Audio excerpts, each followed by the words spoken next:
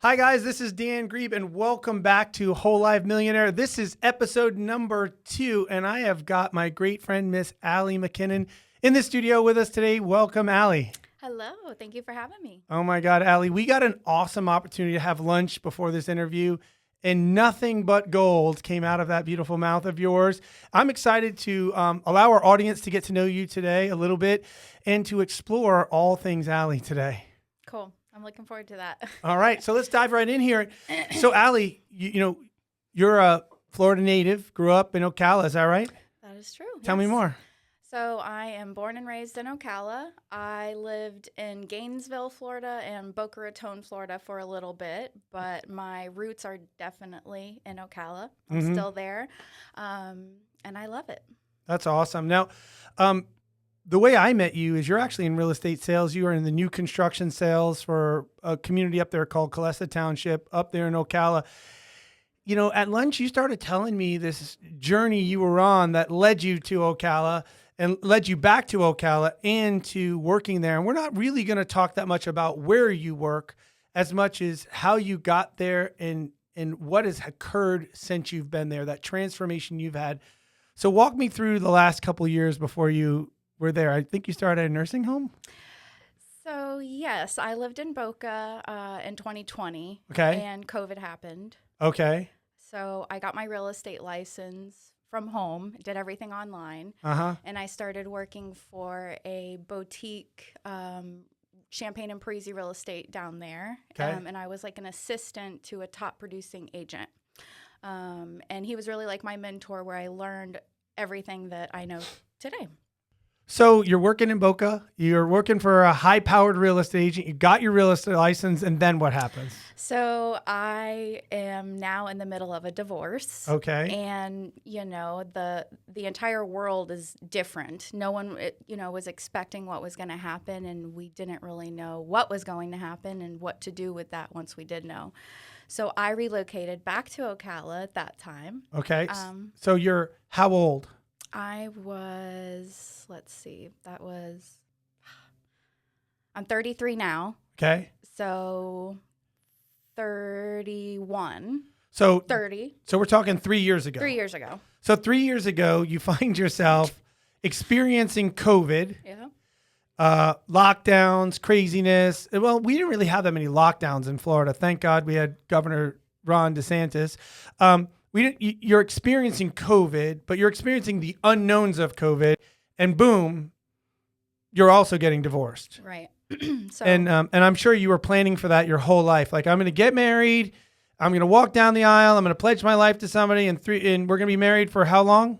We were married 2 years. 2 years, and then we're going to call it quits, and everybody's going to be happy, everything's going to be perfect. Is that the plan? Right. That was not the plan. So it wasn't the plan for COVID, and divorce was not the plan. Right. Well, I live by this one philosophy, and it says life is 10% about what happens and 90% how you respond. And you clearly had got kicked in the stomach personally, and then the whole world's getting kicked in the stomach as well. Right. And you decided to do what? So I relocated back to Ocala. I was working for an assisted living facility as an accountant at the time. You're in Boca Raton. You decide to, you end up leaving that opportunity, get your real estate license, you relocate to Ocala, you're starting to get some level of stability, you get a job, and what happens? And then I'm fired. Okay, so you get fired. How long were you at that job? I was there a year. So you're there a year. Mm-hmm. So you're thinking, like, I'm doing better, like I'm going to get over COVID starting to dissipate. I'm going to kind of rebuild my life. Like a lot of people that go through divorce, like their identity is attached to that marriage. Mm-hmm. And I mean, again, when you go through divorce, I've never been divorced, so I can just make some assumptions here. And I want you to tell me what that feeling is like, but it's like failure. It's failure publicly. Mm-hmm. It's a personal rejection. What else? I mean, it was a very tough time in my life. And, I still, of course, think back on that time in my life because it got me to where I'm at today. And there is nothing easy about a divorce or being fired. And you're absolutely correct that it is about what you do with what you're given. So that, I mean, listen, that's beautiful. And I love that. And, getting divorced, relocating, all of that's difficult. Get a job, start finding stability, and then you kind of start working your way back up this mountaintop, and then you fall off it again. Mm-hmm. And people don't typically get fired because they didn't do something wrong. So you made your share of mistakes. Right. And then where do you go from there? So really, I feel like that is when my life began. Okay. So I feel like I hit rock bottom at that time. Okay. And God led me to exactly where I was meant to be. And that was around a group of strong, like-minded, good people. Yeah. I mean, I hear that. And so that's when you started working where you work today. Yes. In the Colon built community, where I eventually met you, and what led you to this podcast with me. But the things I want to dig into here is, like, first off is I hear you say, God led me to this. That does not sound like God leading. You can't be saying, like, divinity brought me through divorce and I got my ass kicked here. Then I get my ass kicked there. And obviously you didn't lose your job in Boca Raton because it was the best job in the world. You're going through struggles there. Then you come back up to give yourself a fresh start. You do a lot of the right things you're supposed to do. And then that falls on your face, and that's God's hand. How do you even know that could, give me some tangible evidence that be God's hand? Like, God led me, through the worst beating of my life so I can have a gift. Explain that. Well, that's hard to do Right. in any environment. But honestly, Dan, I just think that I have felt a presence and a guide through my life because, when I did hit rock bottom, I had choices to make at that time. Right. And the choices that I decided to make, I can contribute a lot of that to the group of people that I am around. And, this amazing team and group of people, leadership, coworkers, clients, I'm exactly where I'm supposed to be. And I haven't always been a faithful person. Right. And I think that I have leaned a lot more into my faith because of what I have been through. And then that was my answer. Love it. Love it. Love it. Beautiful. That's amazing.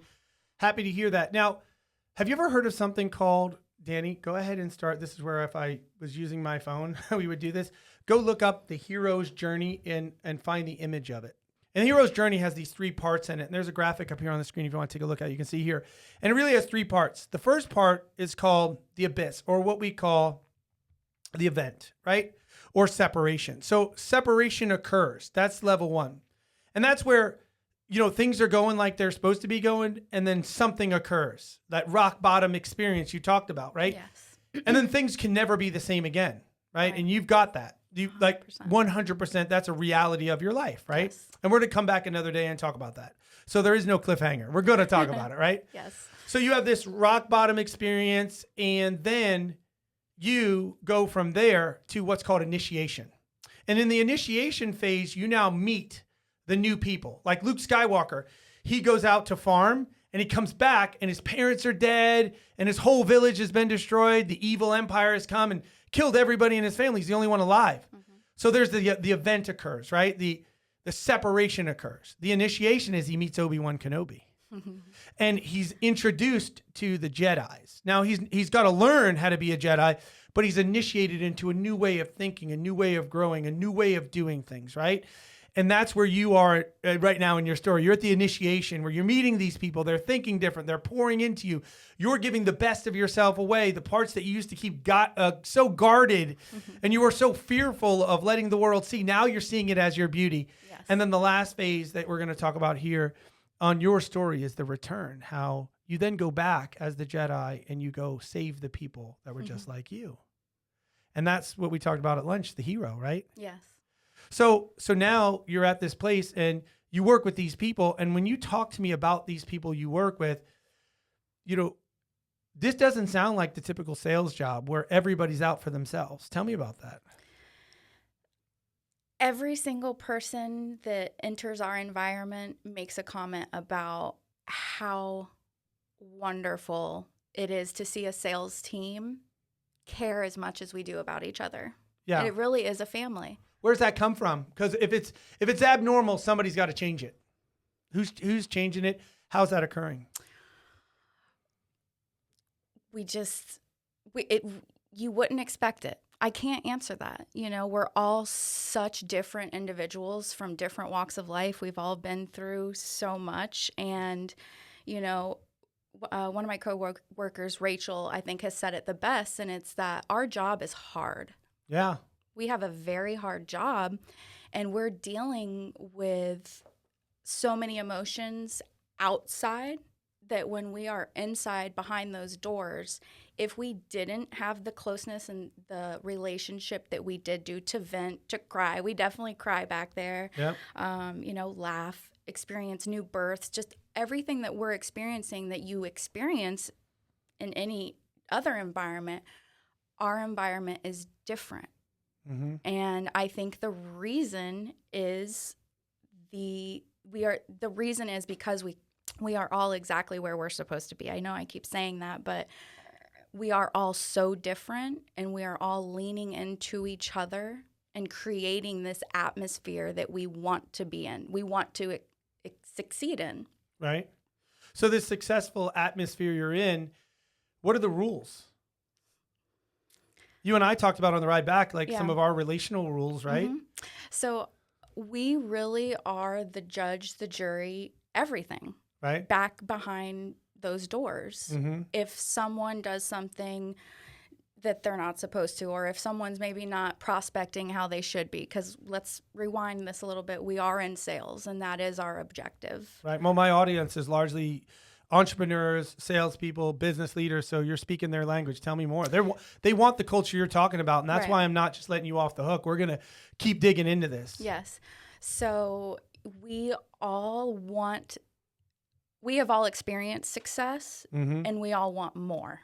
Right. So we are all rallying for each other to experience more, whatever that more is, because my more is different from my coworkers' more. Right. But the environment that we have created through our leadership, our mentors, we work for an amazing company. Right. So we have to start there, really. It is an environment that we want to be in, Mm-hmm. but you do choose the atmosphere once you're in that environment. Mm-hmm. So we all want to see each other do well and grow together. And Well, they say, no doubt about it, proximity matters. And who you surround yourself with matters. Did you know that there's a study out, and Danny, start looking this up and see if you can grab a graphic on it. We'll just add it later. There's a study that says who you are close to affects you. So if you're around a person that is succeeding at a high level, then you have a 40% or 30% chance of succeeding at a high level as well. Mm-hmm. If your desk is next to someone who is a low performer, you have a 60% chance of becoming a low performer, because negative influence outweighs positive influence, but who you're around truly matters. Now, you don't have any kids yet. Did you know, this is a fact, by the way, if you don't have any children, if your parents didn't have any children, the chances of you having children is very slim. Did you know that? yeah. This is what I learned. Listen, that's the genius of coming on Whole Life Millionaire and talking to Dan Grieb, is you learn things like that. If your parents didn't have kids, you most likely aren't having kids either. Yeah. So anyway, proximity matters. And as parents, you know what we teach our kids? If you lay down with dogs, you wake up with fleas. And what that says is if you hang around with knuckleheads at making bad decisions, then you're inevitably going to make bad decisions because proximity matters. What you tolerate, you become. So in your little sales operation, which is so unique, and the reason why I brought you on, it's not bullshit. You guys actually care about each other. We do. You guys are actually working for the greater good of the customer by working together. 100%. And it doesn't matter if Allie wins or salesperson 2 or salesperson 3 or salesperson 4 wins. It's that we win. Mm-hmm. And as a result of them winning, then there's an opportunity for you to win because you're in a culture of winning. Absolutely. We are. And you don't tolerate losing. And I don't mean like having a bad day or a bad moment or a bad thing. You guys don't tolerate the talk of losers, Correct. the complaining. Tell me about that. So, well, I guess we kind of do. Okay, tell me more. Because we do really all say exactly what we are thinking. All of us are that way. Mm-hmm. And so it kind of goes back to us being that safe environment that we have created. We vent, we do get it out, we curse, we are passionate. All of us are very passionate about what we're doing, very passionate individuals. So we're not there to put anybody down. We're not harboring or, stuck on negative things for very long, but we absolutely do talk about the hard things and the negative things. Well, I think that that's necessary, and every relationship should have that, but I'm not going to backstep what I just said. You guys don't tolerate loser talk, and I'll give you an example of that. Okay. So you're perfect and amazingly beautiful, and never in your life have you ever attempted to lose weight. But I have had to lose weight in my life. So let's just pretend that you had to lose weight at some point in your life, okay? You're really precious. Okay, thank you. So let's just assume that I said I wanted to lose weight, you said you wanted to lose weight, right? If we told all our friends we wanted to lose weight, and then we hung out with them, and our other 4 friends said, well, we're going to lose weight too. We're committing to a healthy lifestyle. And they order salads. What are the chances you're going to order a burger that day? Mm-hmm. Are you going to order a burger in front of those 4 people that you've already told you want to live their life? I will, because I love to eat, but I get what you're saying. But the proximity doesn't allow it. Like, the proximity is the accountability. And you guys do allow venting. You don't allow stinking thinking. You don't allow loser mentality. Yes. If somebody says nobody's buying in this community anymore, which permeates, that's the loser talk, right? Somebody's going to say, that's not true. I sold a house yesterday. And then 4 other people are going to chime up and say, like, Allie. I see. Yes. Allie. Because here's the deal. You can't have a negative emotion and a positive emotion in the same room. You can't have that in your brain at the same time. The easiest way to get out of a negative mindset is to change the way you feel. Gratitude. If I just get into gratitude, I can't be jealous and grateful at the same time. I can't be fearful and grateful at the same time. I can't be happy and sad at the same time. You live in an environment where you can have a moment. Yes. But then, they say, like I've heard it said in your environment, because I'm super close to it and love all the people in there just like you do, you can have a bad day. You just have to have more good days than bad days. Yes. And if you're pointing towards more good days than bad days, you'll have more good days than bad days. But living perpetually in the bad days is acceptable, then you'll have more bad days than good days. And it seems like your ecosystem doesn't allow that. Correct. I'm sorry, I misunderstood. Well, I needed to do that's why I needed to do the long story. Well, you brought the weight loss and the food, so I just wanted to be factual, and I wanted to answer honestly. But no, you did it. Listen, one thing we know about you is that you don't lie. I do not. You're gonna know what I'm thinking and where people stand. Yes. We'll unpack that. I'll get there in a bit. So, let's talk about you. I mean, Allie, you are one of the top salespeople, not only in your community, but in your area, maybe in the state, at what you do. I mean, you've really risen from this rock bottom moment to accomplish a lot of great things. You point a lot of that to your peers, helping you get there, the ecosystem you're in. But let's talk about your husband. Yeah, well, that matters. The biggest investment you're ever going to make in your life is who you marry. Yes. That's incredibly important. Well, you know that. I do. Yes. So I wanted to give him, I wanted to highlight that because we talked about. Look right there. We talked about, we started with my divorce, but my current husband really has a lot to do with my growth mindset that I have leaned into. And he has made me a better person. Absolutely. Well, that's what marriage is supposed to be. They talk about the idea of you got these 2 imperfect people, right? And you're broken like this, and he's broken like this. And then you bring them together and the 2 become one. And it's like all of your scars are what make you beautiful. And exactly the things that drove somebody else crazy is exactly the reason why this guy's madly in love with you. Right.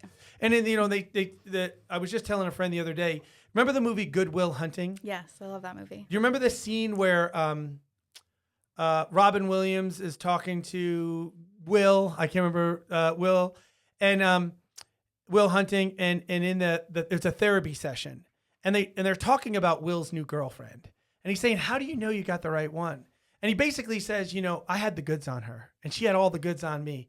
Yeah, she used to fart in her sleep and wake herself up and then blame it on me, and I didn't have the guts to tell her that it was her. I'd say, oh, I'm sorry, babe. But like, those are the things. That's the magic. Yes. That's the magic of being fully known, and your spouse is the one. He is. And it sounds like just a 100% unbelievable dude. He is. But like, again, even that, it came at a cost. Like, it came at the cost of a heartbreak with another marriage. Right. It came at so much pain. How do you explain to another woman that might be going through a divorce right now that there is going to be sunshine on the other side of this cloudy thunderstorm that she's walking through right now? I would say that there is so much that you haven't even thought about yet out there waiting for you to experience. And I think that when anyone's going through something difficult, it's really, really hard to think about anything other than the event that's going on. But especially the future and being positive is near impossible.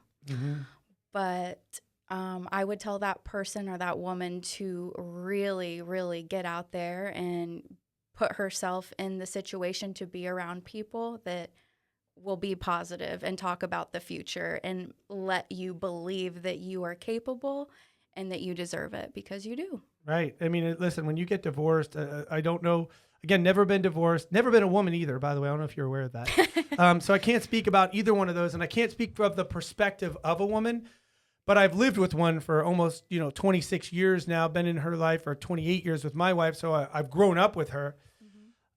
I'm going to think that when a woman gets divorced, it attacks their self-worth on so many levels, especially if there was infidelity involved, because women perceive a lot of their value based on the way they look or how the choices they've made in marriage.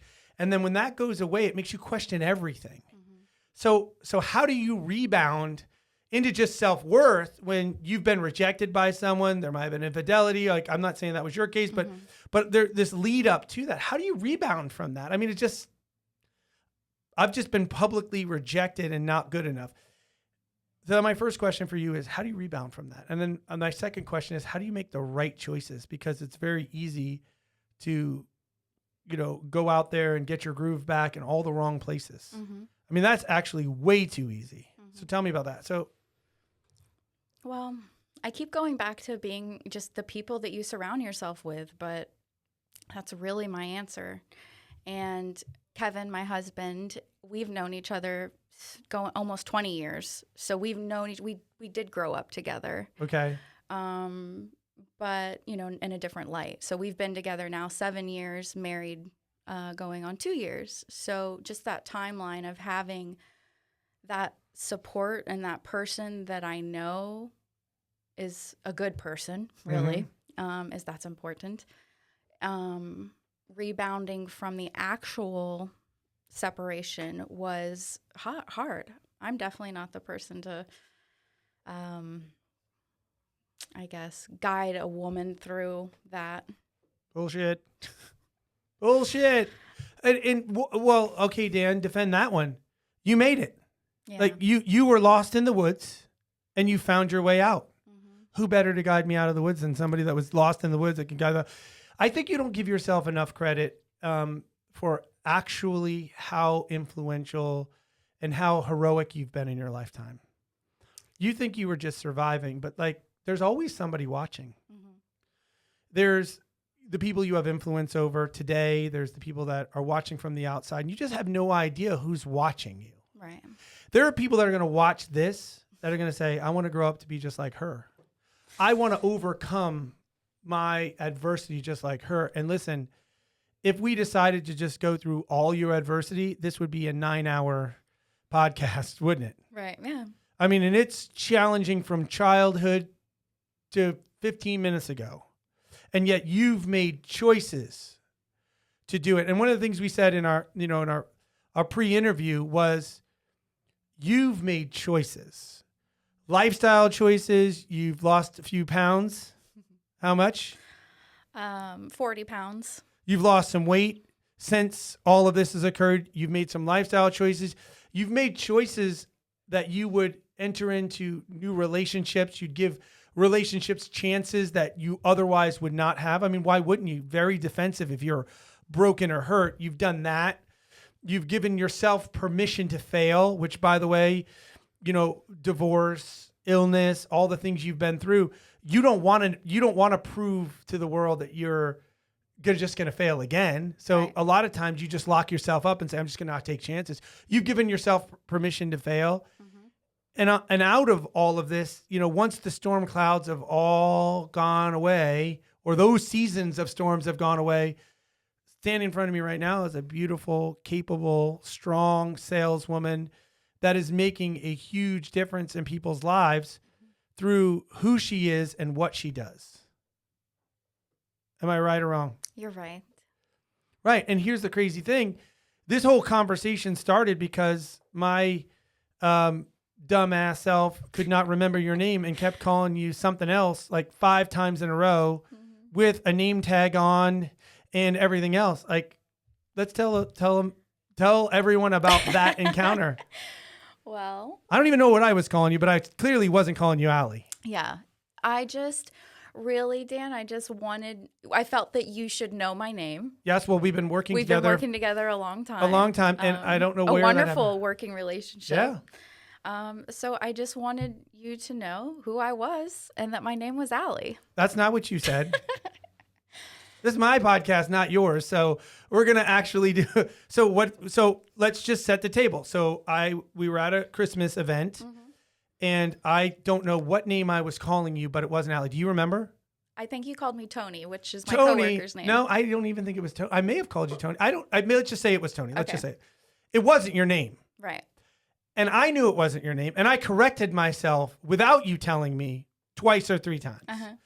And then, we were sitting at the table talking and I said it wrong. We were in a training class and I said it wrong. And I think you had forgiven me like, oh, that was a mistake. That was a mistake. That was a mistake. And for some reason, my brain just could not calibrate itself in that moment. And I just kept doing it. And the last time I did it, you reacted. I could see it. And before a word left your mouth, I said again, I'm so sorry. I'm going to get this right. And you said what? I think I said, my name is Allie. Please do not get it wrong again. I think that's what I said. That is exactly what you said. And your eyes, if you guys could zoom into her eyes on that, her eyes said, I am not going to tolerate you not recognizing who I am because I am stronger than you think. I am present and you have no idea what I've gone through to get to this moment right now. I agree with you. Now, I didn't know all this, right? Right. I mean, I'm glad it happened. You've said that too. Mm-hmm. I'm very happy it happened. Because the lesson learned is what? Conflict can be good. I don't necessarily, is that the right word? Conflict? Healthy conflict. Healthy conflict. Yeah. I think, you have shared that you respected that I stood up for myself. Yeah.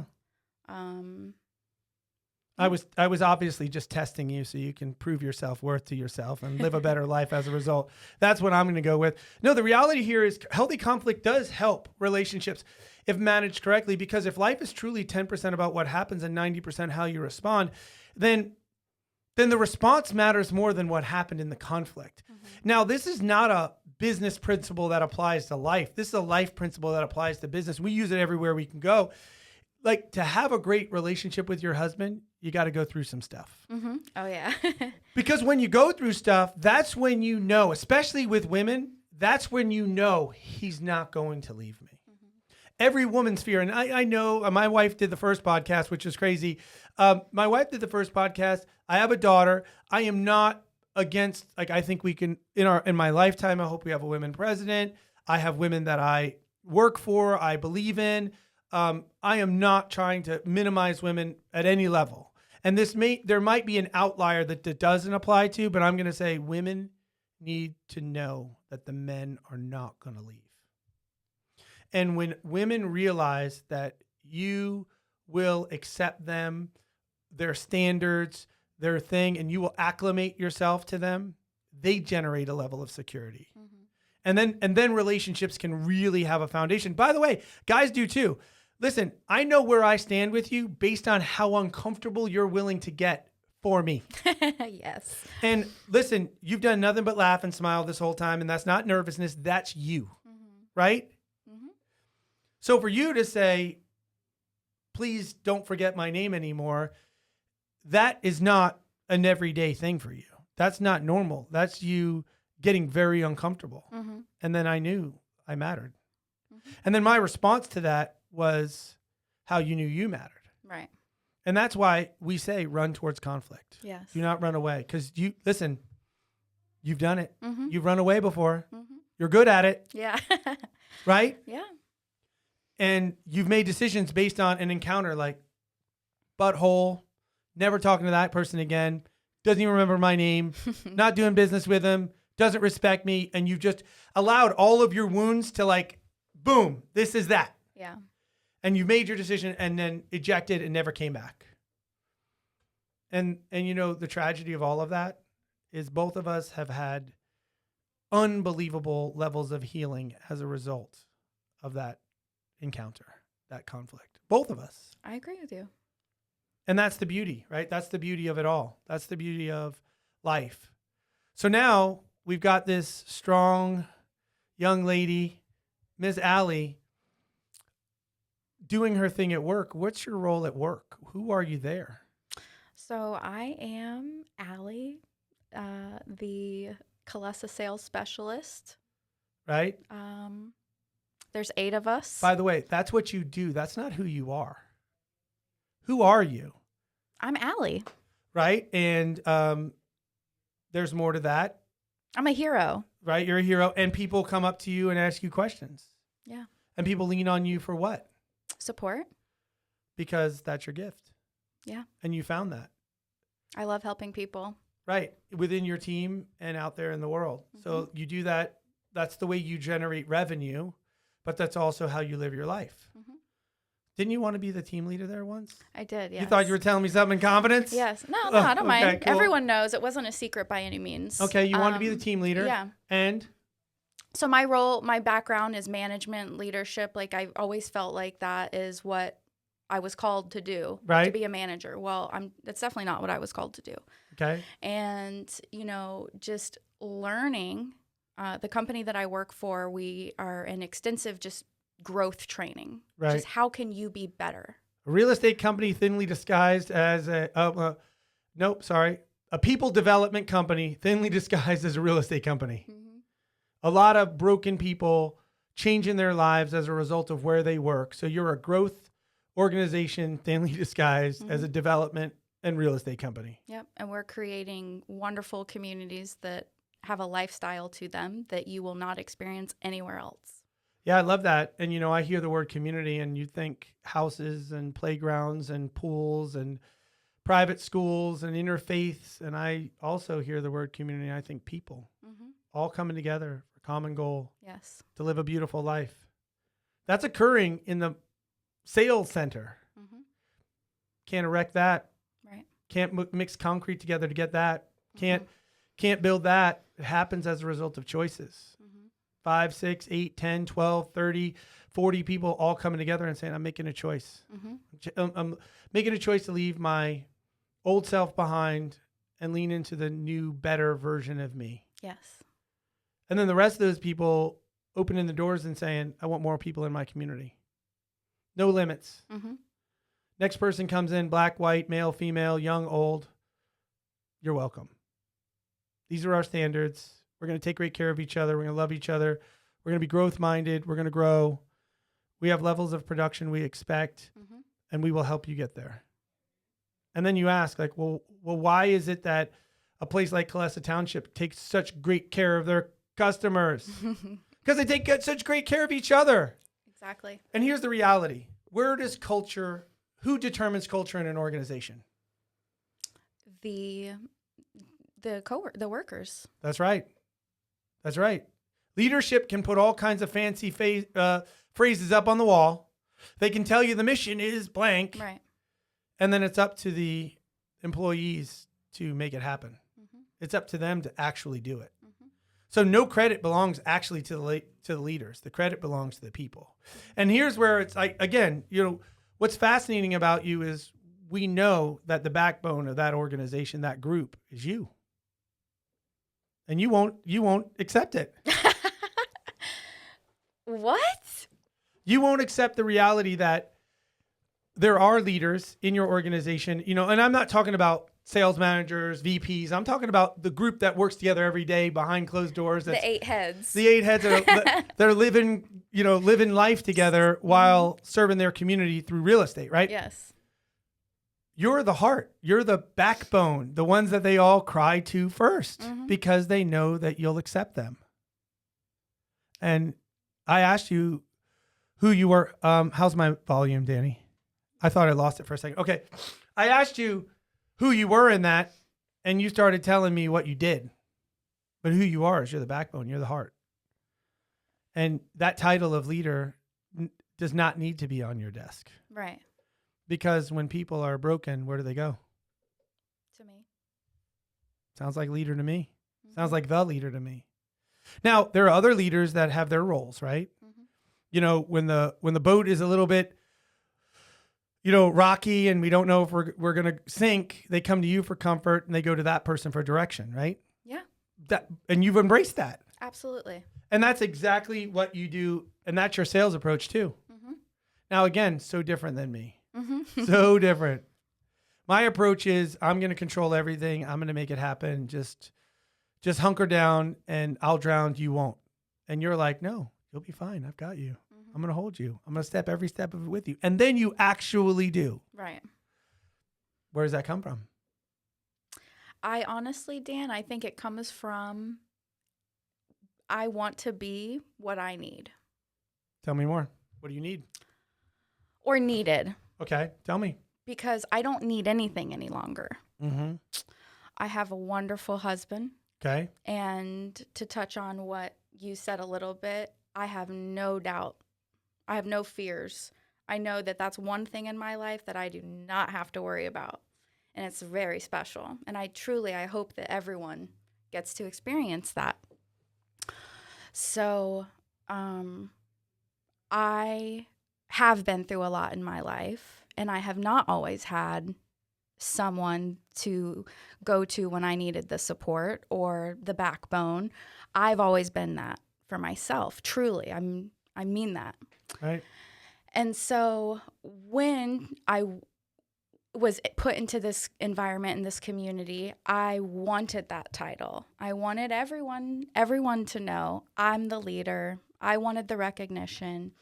But, and not to take anything away from the actual team leader, because they are needed and they do a damn good job at it. Yes, fantastic. And Whit Grice is our team lead, and we all wanted him to be our lead. And he is. He is. He is a phenomenal human. He's one of my very best friends. Yeah, he's created a large portion of that culture. Absolutely. I don't care what you say. His fingerprints are on everything that is going well in there. Absolutely. Just like yours are. Okay, keep going. He really does rally the team to be what it is. And he likes being the fourth person on the sales floor. He likes to not win. Is that what you're telling me? No, I wouldn't say that. No, he is 100% competitive. Oh, yes. Wants to win. Absolutely. Like the day is long. Correct. And will make the space for you to beat him. Yes. Because he cares more about the mission than he does about himself. And that is absolutely true. Yes. You would not know that if you spoke to him directly, but Nope. they say you can hear a lot about a person by watching how they behave. Mm-hmm. Like what he says is irrelevant. Watch how he behaves. Right. Good dude. He is. But how do you fit in? I mean, like, yeah. There is a space for all of us. There's 8 of us on the team, and we all bring something to the table. mm-hmm. I mean, we just do. Tony Ben Singer, she's just on the computer. She's the just, if you can't do it, she can do it. Right. And just each of us have our strengths, and together us all having different strengths have made us, to go back to your question earlier, how have we created that environment? We all have different strengths that together make us this powerful, extremely powerful unit. Yeah. What's crazy is I see the super team, and not one of them is a superhero. Individually, you're not superheroes, but together you're the super team. Mm-hmm. And that's the reason why, the community of what things you sell is winning at a very high level. Mm-hmm. And the people within the organization are winning at a super high level. It's because we don't allow superheroes, but we desire a super team. Mm-hmm. And when I look around that room and talk to the people, I want to be part of that team, because this is where the imperfect people have come together and they have performed magic together. Mm-hmm. And when I'm an outsider, I don't work with you guys on a day-to-day basis. I kind of pop in and pop out, but I see the folks that are transitioning into the top of that funnel. They're transitioning into the organization. And then I see them when they're on the way out, because that's when I get paid. And on the way out, the things they say about you guys, it's not normal. Mm-hmm. And that's the reason why I had to interview you guys. And the reason why I had to interview you first out of the whole group was, number one, is I think there was an ordination. God wanted it to happen. But outside of that, it's because I wanted the one that would say, no, you guys go first. You go guys first. I wanted that person to come first. Mm-hmm. And I think that, collectively, you all would say, no, let that person go before me. Let them. But ultimately, you still would have come in eighth if you had the option. You would have found a way to push somebody last minute ahead. Mm-hmm. And I think that's what makes you beautiful. And I think that knowing what I know of real estate and knowing what I know of 20 years of sales, that is the blessing that people get when they get to work with you. Now, why does that generate emotion? Well, I'm a very passionate person, and I'm a very sensitive person. And I'm just thinking about Kelly Hall, because I told her I was not going to cry today for this. But, the reality is that I care so much about those people. And I care about myself. And, I know I deserve to be here. And I told you that at our lunch. But, there are 8 of us. I don't have children. I don't, I do think about all of the individuals that I am with every single day that I care so much about. And I want the success that I'm having, I want all of them to experience. I think there's a lot of people that are going to watch this, and I'm glad that you did liquefy a level of your emotion so people could see how much you genuinely care about the people you work with. Mm-hmm. And they're probably sitting back in their offices right now saying, I wish I worked with them. I wish people cared so much about me that when they talk about me, it makes them emotional. Now, listen, your leadership might not ever see this, but if they do, they're going to be so stinking proud. Proud of you, proud of your team, proud of what you've all done, because that's why you do it. Right. There's a penalty to leadership, and you're going to learn that. Oh, yeah. The higher you rise up in the organization and the more you do and the more responsibility you have. There's a verse we talked about in the Bible, which, by the way, this is not the Dan Grieb Bible Hour. I don't care what religious perspective you have. Right. This is just mine. Where much is what? Do you remember that one? Where much is given, much is expected. And do you believe that to be true? Yes. Yeah. And you don't, the emotion behind your answers are not because you're reflecting on today versus yesterday. Right. It's that little girl where dad died. Mm-hmm. It's the divorce. It was the separation. It was the difficulty with mom growing up. It was the losing your job. It was you getting sick. It's you realizing that you were sick. It's you overcoming your sickness. It's you living with your illness that brought you to this moment. Like, that's where the emotion comes from, right? 100%. Right. And that's the hero's journey. And I think that what makes this podcast different, it's called Whole Life Millionaire. You are 100% killing it, and you're in your 30s, and you're making great money. You're doing great, but you don't have $1 million in the bank right now. But you're a millionaire at life. I absolutely am a millionaire at life. Yeah. Mm-hmm. You're inspiring. I know that your coworkers are going to be so honored that you got to be first. Yeah. And they're going to be honored the way you talk about them, the way you think about them. Mm-hmm. What I would like to do, Dan, is have all 8 of us in here. Do you think we'll all fit? Well, we'll make it happen. Yeah.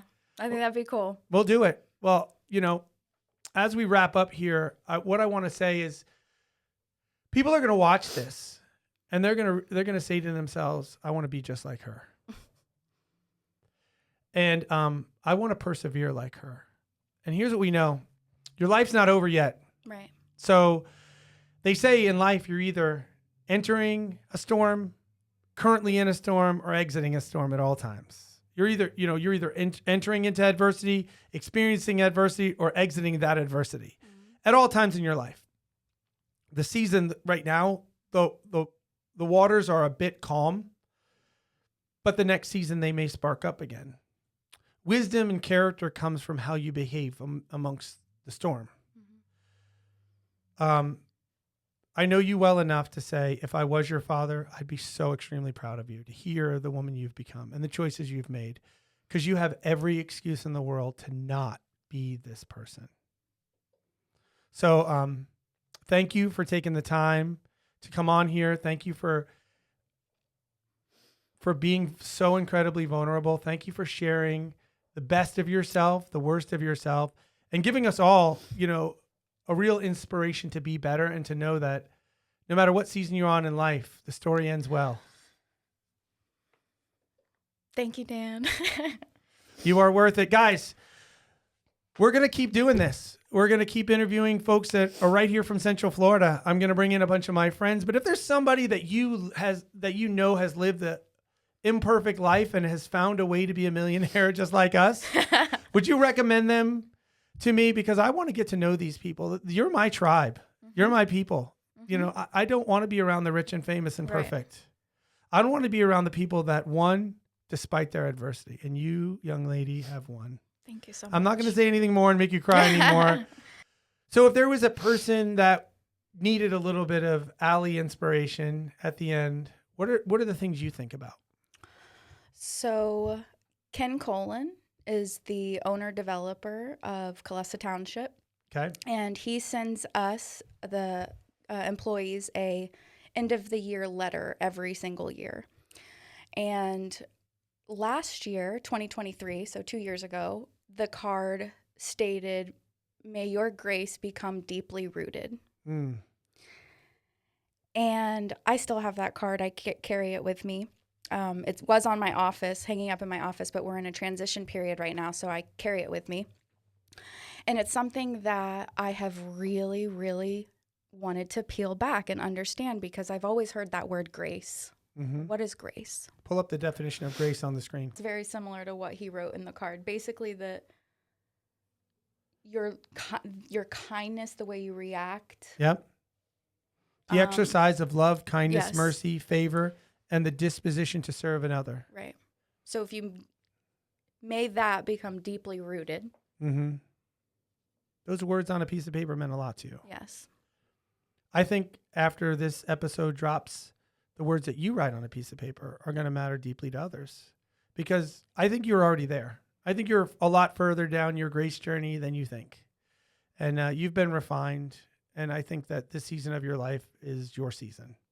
So if folks want to interact with you, what's the best way that they can kind of reach out to you, whether they want to talk about the culture you have at work, your life story, which, might be like theirs. They're looking for some advice. Maybe they want to buy a home up there in Ocala at one of your communities.